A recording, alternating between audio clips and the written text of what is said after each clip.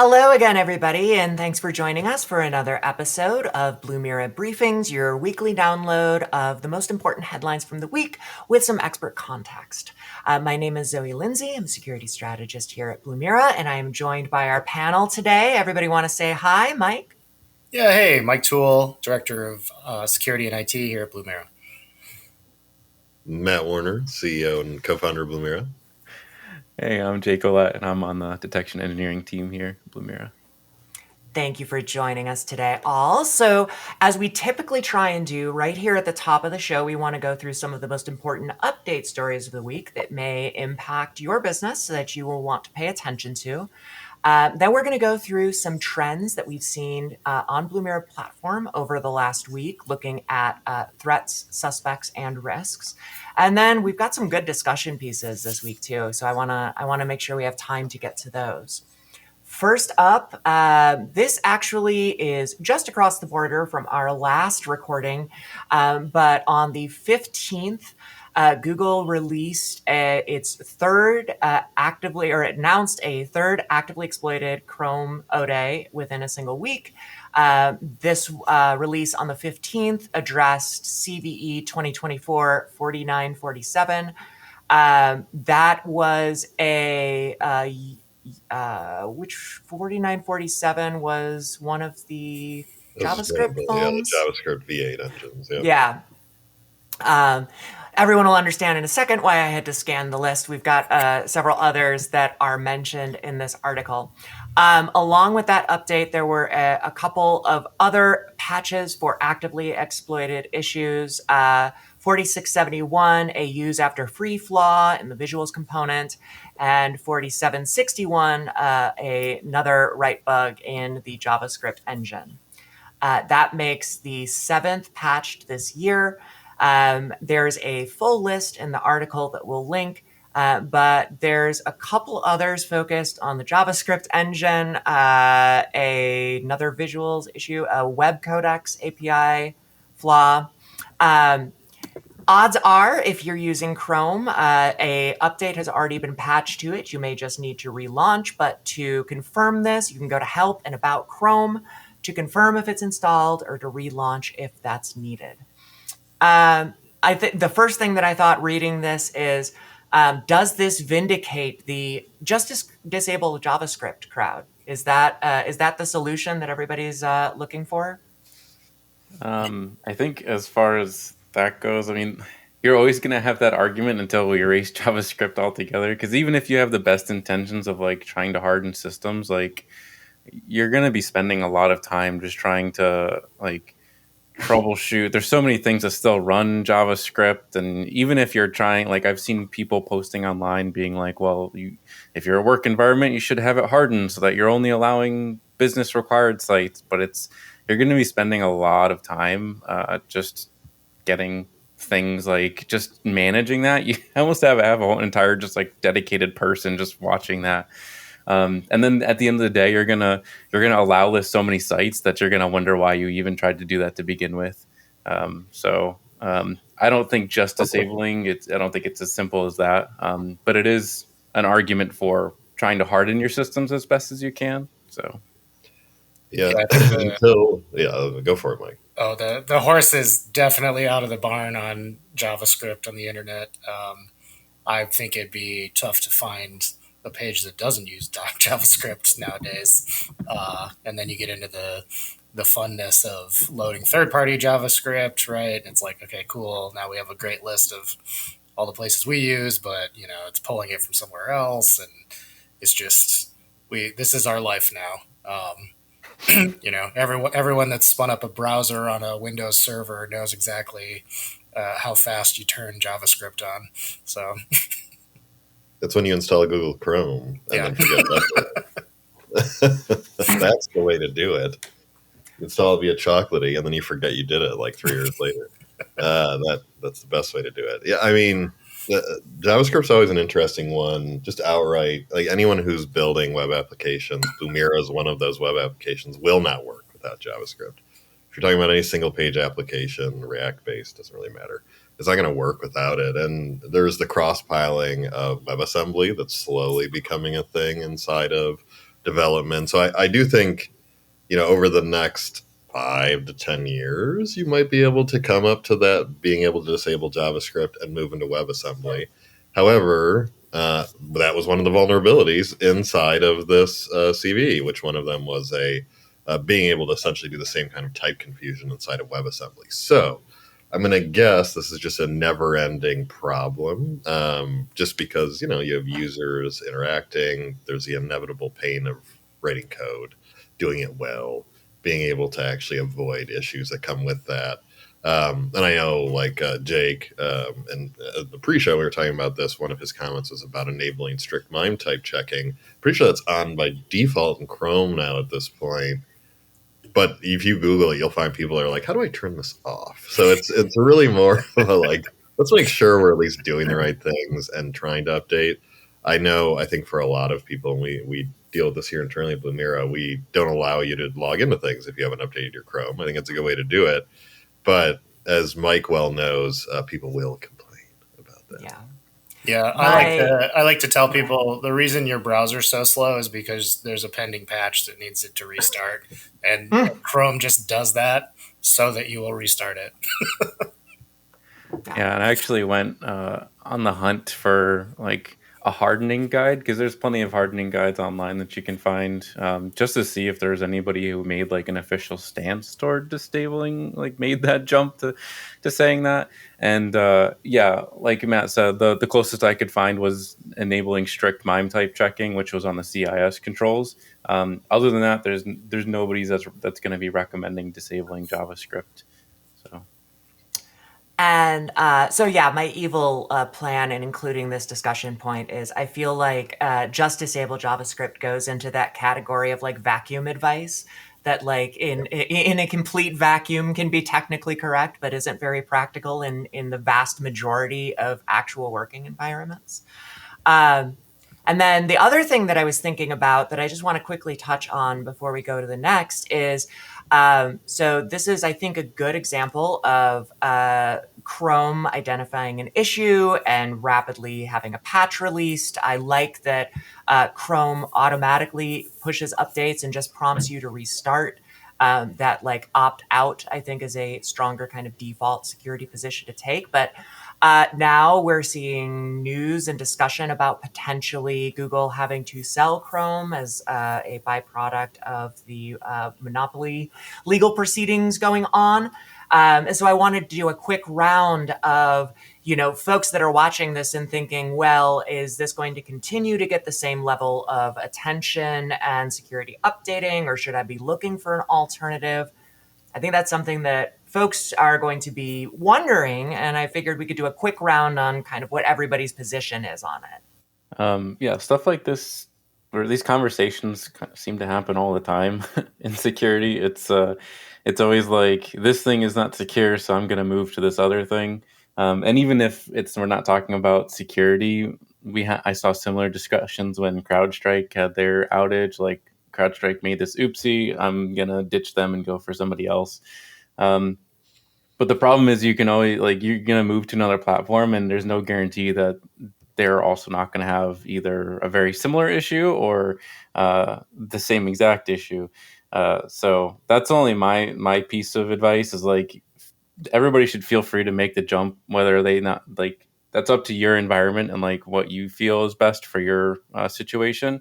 But don't always think that the grass is greener on the other side. There could be just another day, the next day, and you could jump from CrowdStrike, who's getting all this attention and they're trying their best to redo their processes so it doesn't happen again. You jump to somebody else and they haven't gone through that scrutiny, and then they do it the same thing the next day, and then you're getting hit twice.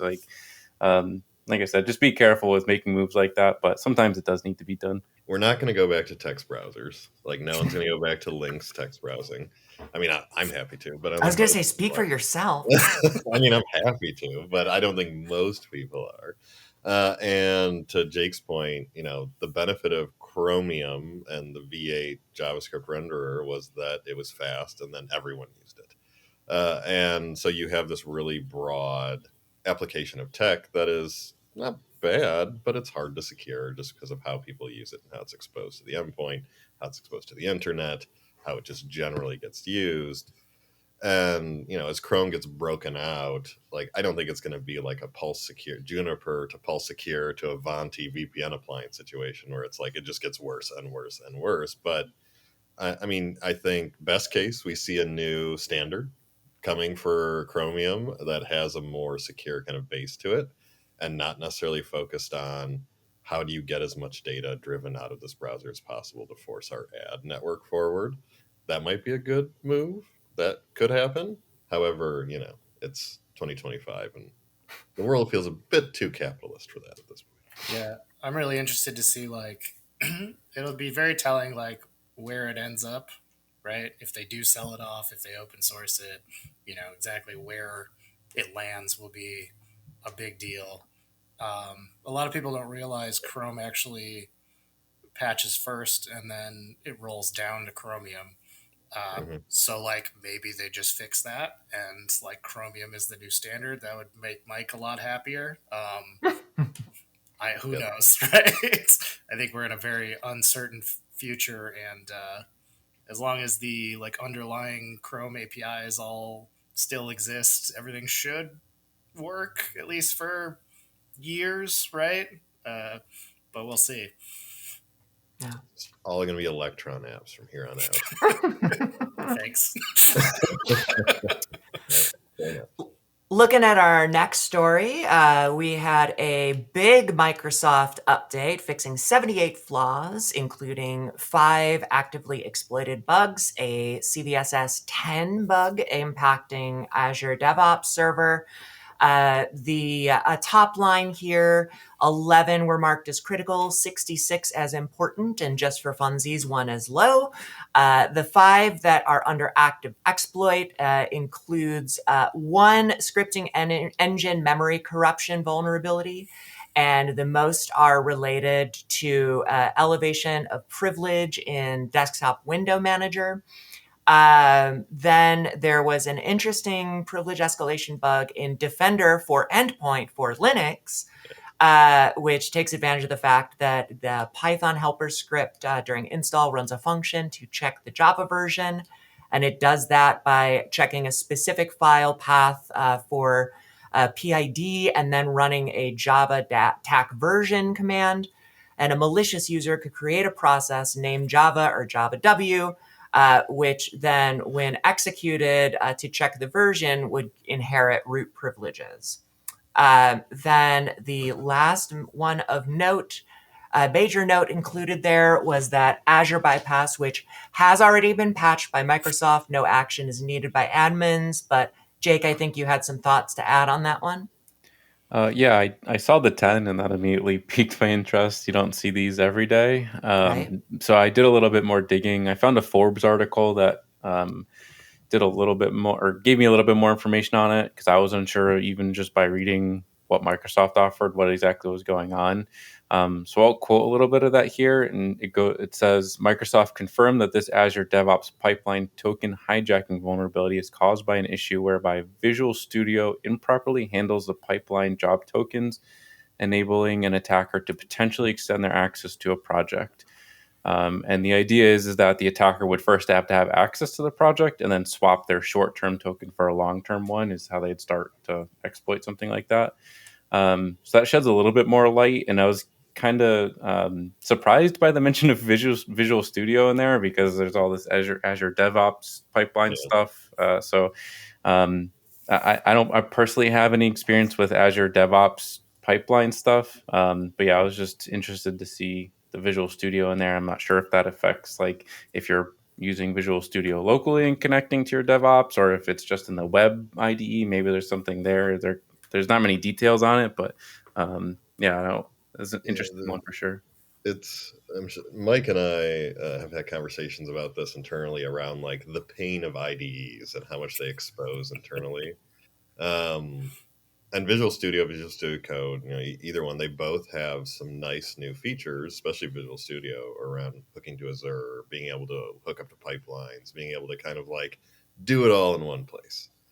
The danger of that, of course, is kind of exactly what you just said, Jake, of, like, you're pulling tokens down, you're dropping them into your IDE, and you're kind of exposing potential access around that. But I mean, how many critical Azure DevOps vulns have we seen at this point? This is not the first one. Wiz is usually who finds these in the grand scheme of it all. So it's for me, when I saw this one, it was a lot of like reinforcing the need to secure developer machines. Like making sure Visual Studio doesn't get popped is such an important part of the amount of access that Visual Studio has at this point into the environments. And if you've never been like a C# developer, you probably never used the full suite of the environment, and it is very connected. Yeah, and especially I don't know if it was last week or it was somewhat recently, but there was I think some plugin exploit. I mean that's fairly. I mean, Visual Studio has all these plugins, and they're not necessarily vetted properly. So like Visual Studio, outside of even having CVEs, these big CVEs, is already kind of like a hotbed for potential suspicious activity without looking or realizing you could just download a plugin that's malicious, and then they get access to whatever tokens you've got. Yeah. Yeah, I'm just waiting for the somebody published a CSV parser for Visual Studio, and that injects code. I think that one is coming soon. Yeah, it's like the JavaScript npms where it's like, I installed this to tell me what is true or false because I didn't want to write the line of code to do it, but also it steals all of my tokens, and that was the bummer there. Yeah. But yes, I same as Zoe, the Privesk jumped out at me for the Defender for Linux or Endpoint just because of how not well structured that was. And I know, we've seen a growth in Microsoft from that. We saw Sysmon for Linux come out. We have Defender for Endpoint for Linux. And for, we also have the WinSock elevation that happened on the Windows side. And it's just I think it's a good reminder for all of us that user land, especially when it comes to Windows, is a tenuous thing. There is a lot of privests that just sit out there at this point. Unless you are, to say the least, fully patched, there's usually going to be a way to get to admin. So it's like, try to assume, just because of the current state of Microsoft Windows, and if you're using Defender for Endpoint or Linux, that there is an inherent chance that if someone lands in user land, that they're going to get further up into that environment. Rolling right into our trends of the week. Matt, I'll throw it over to you since we got to have you join this week. What are the trends that we're seeing in those threats, suspects, and risks? Yeah, so not too much crazy wild this week, but we did have one new entrant, which I thought was really interesting. I know Jake did as well, which was around registry dump of SAM. So essentially, SAM is holding the hash passwords for your local user accounts. When you log in, when you set a user, this is where that hash is stored. Generally, it's going to be an NTLM hash, and they can be dumped out. Usually the way what we are looking for those, or the way that's going to happen, is that an attacker is going to land in your environment. They're going to run that Privesk, and then they're going to dump SAM out and take those hashes somewhere else to crack them. It's worth just a general check your password complexity. Make sure that your passwords are not something that can be cracked fairly rapidly. You want to make the attacker have to buy resources to crack your passwords, if at all possible. And it's always worth noting, because I feel like this is something we haven't talked about a lot in the last 5 to 10 years. A complex password that's keyboard walked doesn't count. It has to be truly randomly generated. Please make sure, as you're going through these and you're setting your passwords, you're setting your admin, especially your local ones, that they are not like an old easy password, but a randomly generated password. The attackers can happily bring resources to bear at this point if they need to from a GPU perspective. You got to make it not worth their while to crack that password. And with that entering our top 10, we are continuing to see more push on dumping SAM. We can dig into it, but I'm sure we saw an increase in LSAS dumping as well at that same time, because there's no reason you wouldn't see the two grow at the same time. So it's definitely a continuous, risk that we continue to see. Otherwise, top 10 on the threat side was very similar. We saw an increase in password spraying and honeypot scanning, but that is just the inevitability of the internet being loud and crappy. And of course, as always, validate your multi-factor / single factor when it comes to your Azure, people will try to authenticate via PowerShell, and that will be how they try to get into your environment. So really do that. Watch your tokens. And if you are a Blumira user, Jake and Justin recently released a ridiculously great detection for token stealing. So you should be testing that out. Well, hopefully you're not seeing the detection, but it's a great detection. In regard to the suspects, so again, for those of you who aren't fully aware of Blumira and you're just watching this, for us, suspects are things that could be bad, but they also could be something you're doing in a normal day-to-day. So we really want to validate that. And we saw a few increases. We saw a pretty steep drop on TeamViewer. We saw a drop on Splashtop. Those are really just validating to make sure that people are aware as to what remote tools they're using. LogMeIn goes into that list as well. I'll say this every time you hear me on here. You should only use one remote access tool. You should know what that remote access tool is, and you should monitor for all the other remote access tools. If you are not doing that, you are probably at risk one way or another. Generally speaking, no huge new entrants into here. Always worth continuing to warn two different things. Don't store clear text password files on your machines, please. Use a password manager. We continue to see it every day. It's really important for you to use password managers. And when you're using your batch scripts to execute stuff, make sure they're in a place that only one or two people can write to. Do not put the potential of, user A being able to get owned and then change your batch script that runs at every login to drop a dropper at that point. So nothing hugely changing, just more of a continuous warning around that. And for risks, we didn't have too many changes, which is good, because we don't want to see an increase in risk for the most part. We did see a slight drop, but still on the list in regard to application password creation. Was there anything you wanted to touch on in regard to that, Jake? Because I know you put a comment in here. Yeah, not specifically, just kind of explaining, like, not everybody uses app passwords. So or if they have, they might not be sure. Maybe someone created it, didn't know what it was for. But I just wanted to be clear, they really are basically just made to bypass MFA. So you have to be careful with when they're being made, what they're being used for. If they're not being used anymore, delete them. And a lot of times, I think even Microsoft gives an example of something like you're using it for old devices that can't do MFA. I think in Microsoft article they said like Xbox 360, but I've seen people use like printers on networks and stuff like that, and they're just allowing these apps to log in without needing MFA or anything. And obviously MFA is what we're using a lot to secure things, so it's bad when we just like let open the doors on that one. So just something to be aware of. But again, that's another, like, you might have done it for a good reason. There's probably a legitimate reason. Just make sure that A, you know what it's for, and B, you're constantly going in and vetting those and then deleting ones that aren't needed anymore. Yeah, if you're using it for a printer, that's a great call out. Go to a service like SMTP to go or something like that, so you're not trying to leverage your 365 environment to send emails. Like, save your sanity. But also, if you're doing it on a printer, please make sure that printer's not exposed to the internet. Happens all the time. Just be careful. And of course, SSH from public IP is always up there for us, as well as we still see SMB, we still see Telnet. Just a general, like, if you're using a managed file transfer solution that's in your DMZ, be careful. Watch for vulnerabilities. They will be continuously attacked. SSH tends to be where we see a lot of that inbound. And in general, a lot of it is just making sure you're doing the right things. Turn on MFA. Don't create application passwords for your Xbox 360, please. Or your old printers. Like, we know that there's good reasons that you might want to do it. Look for alternatives that will secure you more, like SMTP to go, to just send out the emails and not have to try to hook all your pieces together. It's like the Xbox 360 with app password and then a hole poked through so you can remote play. That's like exactly trifecta. Yeah. Listen, honestly, if you put MFA on a 360, it's probably red ringed at this point anyways. So you should probably just clear up that app password. Fair.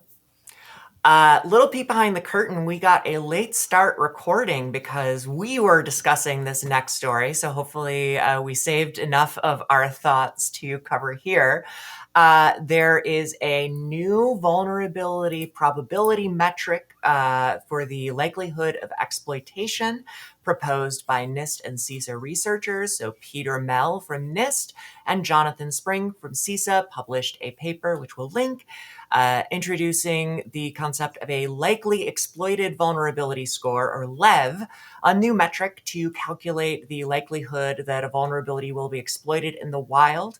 It's intended to enhance and not replace the known exploited vulnerabilities and exploit prediction scoring system values. LEV is going to incorporate several different variables, including the first date that an EPSS score became available, the date of the most recent KEV list update, its KEV inclusion status, and EPSS scores measured over the course of multiple days. The researchers say that their goal is measuring the expected number and proportion of vulnerabilities that are exploited, getting a better estimate of the comprehensiveness of KEV lists by identifying gaps, and augmenting remediation prioritization. The idea being that they hypothesize that KEV is identifying higher probability of vulnerabilities that are missing. EPSS is underscoring potentially some vulnerabilities. And NIST is seeking partners with data sets to help them validate this. So, get us started. So who's going to benefit from this? Are teams at smaller orgs going to find this helpful? Or is it more useful for larger teams with more sophisticated programs? Or is this a new metric mostly of interest to researchers? I personally think that it's just one more piece to a prioritization puzzle. I'm concerned that some people might take it the wrong way and just be like one more explanation of like, well, we're not getting to this one because, well, look, they said it's likely not exploited, or there's no evidence. Like, we're already seeing that sometimes when Microsoft goes out and says things are not being exploited, people kind of take that as like oh, well, I can take my time on this. So I think more information is always better. It's just how you're using that data. And if you have if you're already patching, you have a good patch process and you're watching these things and you're trying to decide one over the other, then yeah, having that little bit of extra context is helpful. You can prioritize the one that's got the likely exploited check mark on it or whatever they decide to do. But I also don't want people falling into a false sense of security for it. And I also think it should almost serve as a second check. I wouldn't, if I had a mature patching process or a process established already, I would just treat everything like business as usual, just keep going. And then if I see something come in with an LEV check mark or some kind of score on it, I would go back and check to make sure that we got it patched already, or just do some kind of double check. I wouldn't use it as an explanation to really ignore something, I guess. Yeah. Mike, I'll rant for a while. So you I mean, I can rant for a while too. I think what they're trying to do here is help out orgs that have too much of an influx of patching, right? So they theoretically can't patch everything because they have so many systems, right? Bigger. Think of your bigger enterprises, right? You have so many just different systems and third parties that it's not feasible, and you don't have time to patch everything.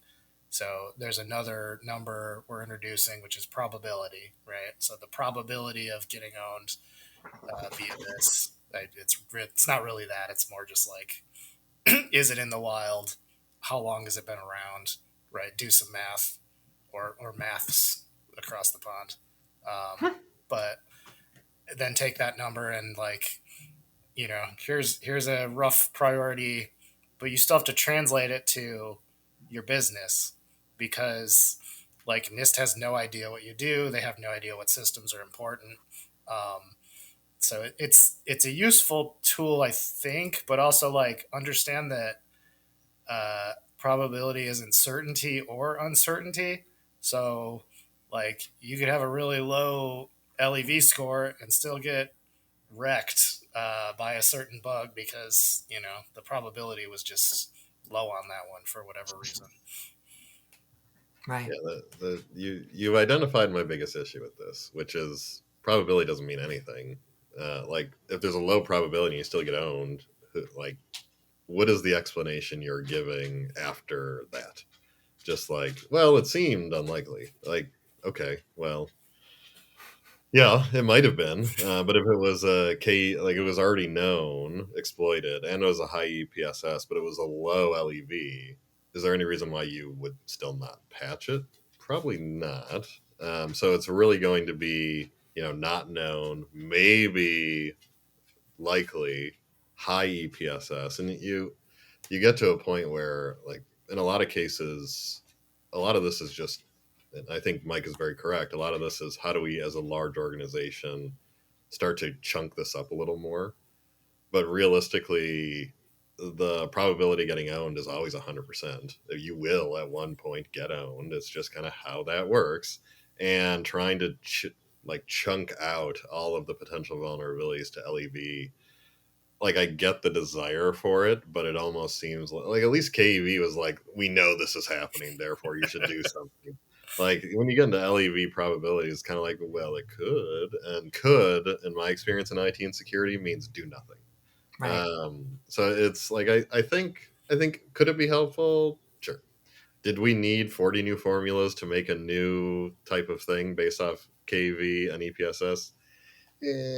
Probably not. I'm sure it'll be helpful in some cases. I would have loved to see more of like a calculation based off like the global reporting entities and saying like, this is what we're seeing from EU, from Japan, from China, from nation states, from private industries. This is what we're seeing from the standpoint of what you need to do next.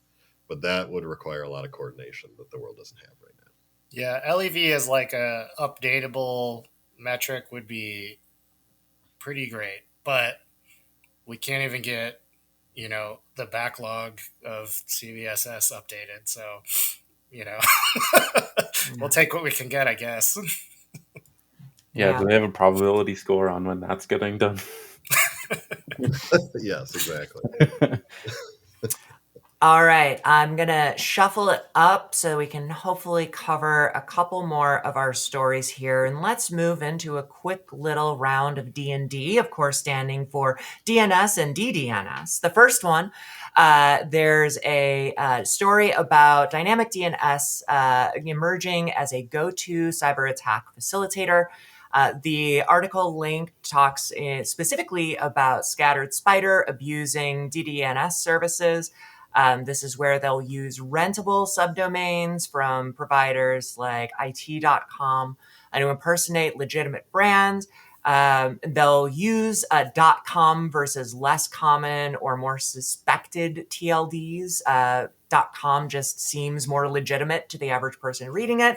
So in a recent attack, Scatter Spider used kiv1.it.com to impersonate kiv1.io, a marketing automation company. The malicious domain only had 5 detections on VirusTotal, and it's an attractive path for attackers because, as mentioned, .com carries more of a sense of legitimacy, even if that's not true. It's very inexpensive, requires minimal verification, leaves no domain registration fingerprints, and can really quickly be rotated out to a new IP address. So that makes some traditional takedown measures more difficult. The researchers noted an increase in misuse of DDNS domains, also affecting domains on DuckDNS, Change IP, and No IP. We'll have a link to the original report by Allure Security as well. In terms of mitigation, researchers recommend that orgs set up alerts or blocks for those associated domains. For our discussion point, I added, blocking entire provider domains, depending on the environment and organization, could create false positives if you aren't in a situation where you can just blanket block those domains. So what could orgs do to detect malicious behaviors without unnecessarily blocking too much legit traffic? I mean, you're really looking at threat feeds to kind of serve this purpose. At least that's the first thing that comes to my mind. And you wouldn't always be wanting to block those outright. They're a good early indicator of things. So you'd really want as long as you have the force to deal with it, you'd really want to get those alerts and then kind of go in from there. Because even if something was used, like an IP address or a domain was used in a previous attack, doesn't mean it's still bad. That kind of stuff ages out pretty quickly. Threat actors are willing to burn those and just move on. They don't really care. And I put here in the notes that domain name specifically is the third section of the pyramid of pain. So that's something that's very trivial for attackers to just kind of switch. So like threat feeds are really best here because you want to offload that work. You don't want to try to do that yourself. Manually trying to track domains and IP addresses is going to be just a waste of your time. There's plenty of vendors and people who are willing to do this, and that's really where they excel. And the one thing too, like I know people like tools, so I wanted to bring it up. But there's this interesting tool called DNS Twist, and this is more on like the side of like protecting your own domain. So if you have a domain, like a company domain, you can use this DNS Twist tool. There's a Python script for it, or now I actually learned last night that they have a website for it as well. But you can just dump your domain name in that tool, and it kind of gives you all these different permutations of things that people could be using. Like it just kind of mixes things around and kind of predicts the different changes people would be, or like attackers would be doing. It's like changing letters for numbers and using all these different kind of switches and swaps all over like that. And then it also tells you if any of those domains are actually active, which is really cool too. So that's a little bit of like the proactive side in terms of protecting your own domain rather than like seeing other people's stuff come in. Yeah, there's actually there's a few services too. You can, if you are highly attacked and you think DNS is a place that will come, you can actually pay registrars to just register everything that's similar if you want. It's not cheap, but it is actually a pretty effective tool in that scenario. Yeah, it's also worth checking cert transparency logs for your permutations. This is a great example that you brought up, Zoe, around, they leveraged it.com to essentially fake a subdomain, which was a front for the marketing automation company. And, realistically, those are going to be in cert transparency logs. Those are certs that are going to have to be brought to bear for the attacker one way or another. But, I mean, how long has dynamic DNS been an issue for security at this point? Probably like 20 years-ish, maybe more. Well, when did it start? When it started is when it became an issue for security. So it's something that you're never going to necessarily win against, exactly to Jake's point. The IPs are going to change, the domains are going to change. That's why our threat feeds age out after 3 days. Like, it's just one of those things where those are all going to change very rapidly.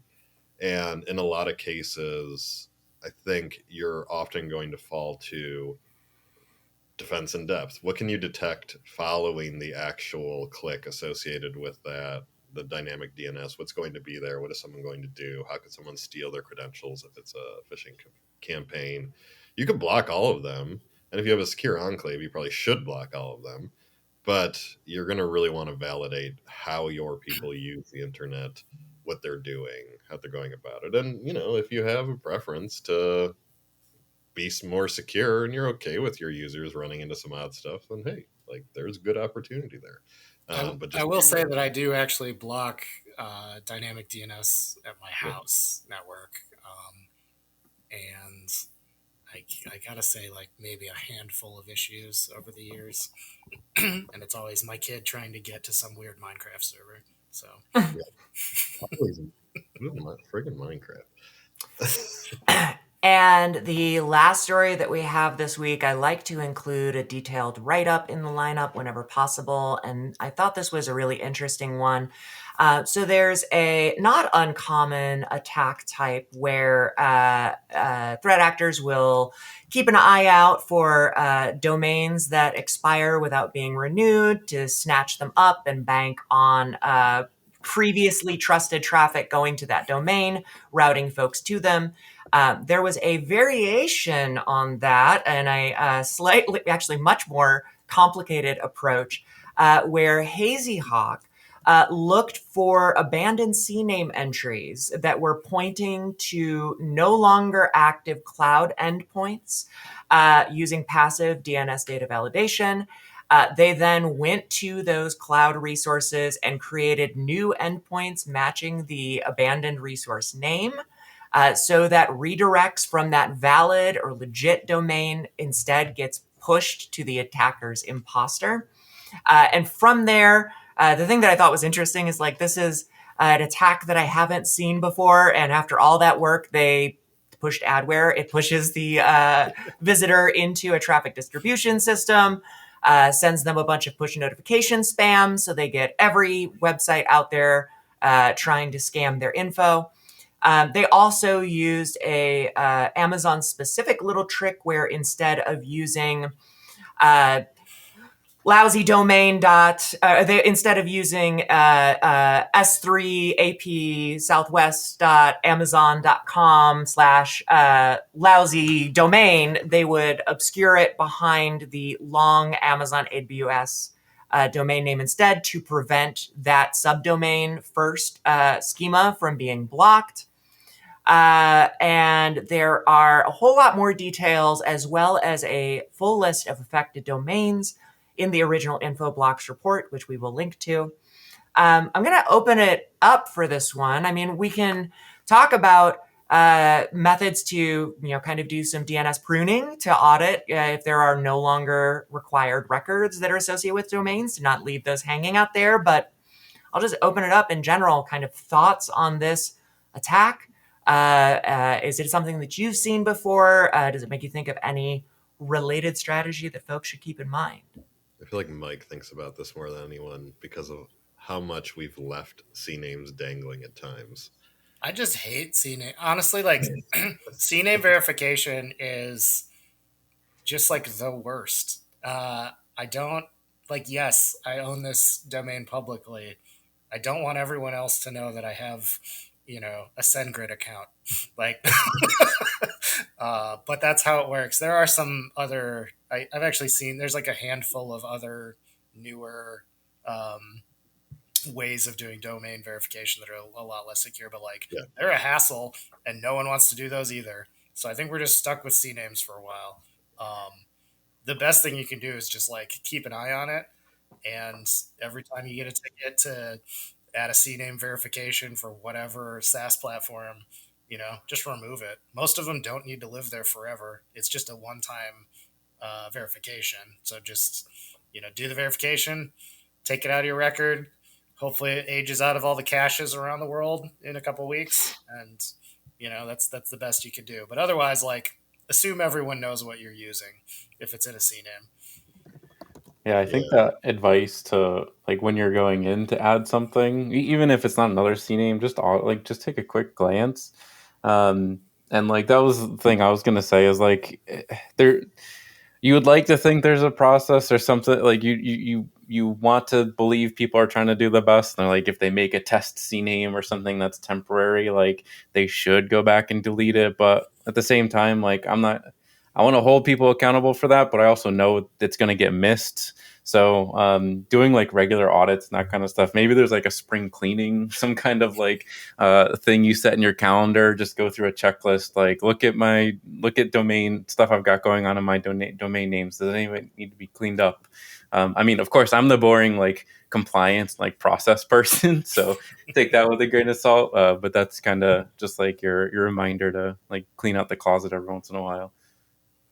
Yeah, I like to use going back to search transparency logs. I like to use this to look for where things are dangling. Like if you go to crt.sh and you search for your domain and you see an entry from 3 years ago and you can still do a dig CNAME on it, something's probably not great there. Where is it referring to? Is it referring to an endpoint you still have? Do you still control anything around where this is being pointed to? That tends to be how I go about it. However, Jake is spot on. Engineers tend to build and then float away. Spring cleaning is a great idea. Honestly, if you are a registrar, you should add in a feature that's you haven't touched this entry in 6 months. Are you sure you want this entry? because it just grows over time and it gets gross with time. We'll get the Duolingo people involved, and they'll Yeah, make get the sure you angry get the owl. message. Yes, I While, like that. while you're in there, take a peek at your SPF record. Yes, I say that we just declare 404 as DNS Spring Cleaning Day every April 4th. Okay. People can Yeah. go through and clear their stuff out. I love it. I'm also noticing a theme kind of across the board this week of we don't really like it, but we're just going to have to deal with it. Like it came up in, I think, 3 of our 5 stories. So we can all just sit with that for a minute. Yeah. But that is going to do it for us for this week. Thank you, everybody, for watching. If you want to get a heads up whenever new Briefings episodes are published on Fridays at 1 Eastern, you can hit all of those little icons, the subscribe and the bell and the things that YouTube says that we should mention for the algorithm. I want to thank our panelists for joining us again for another great week of discussion. Thanks to everybody for watching. And until next time, stay safe out there. Bye-bye, everyone.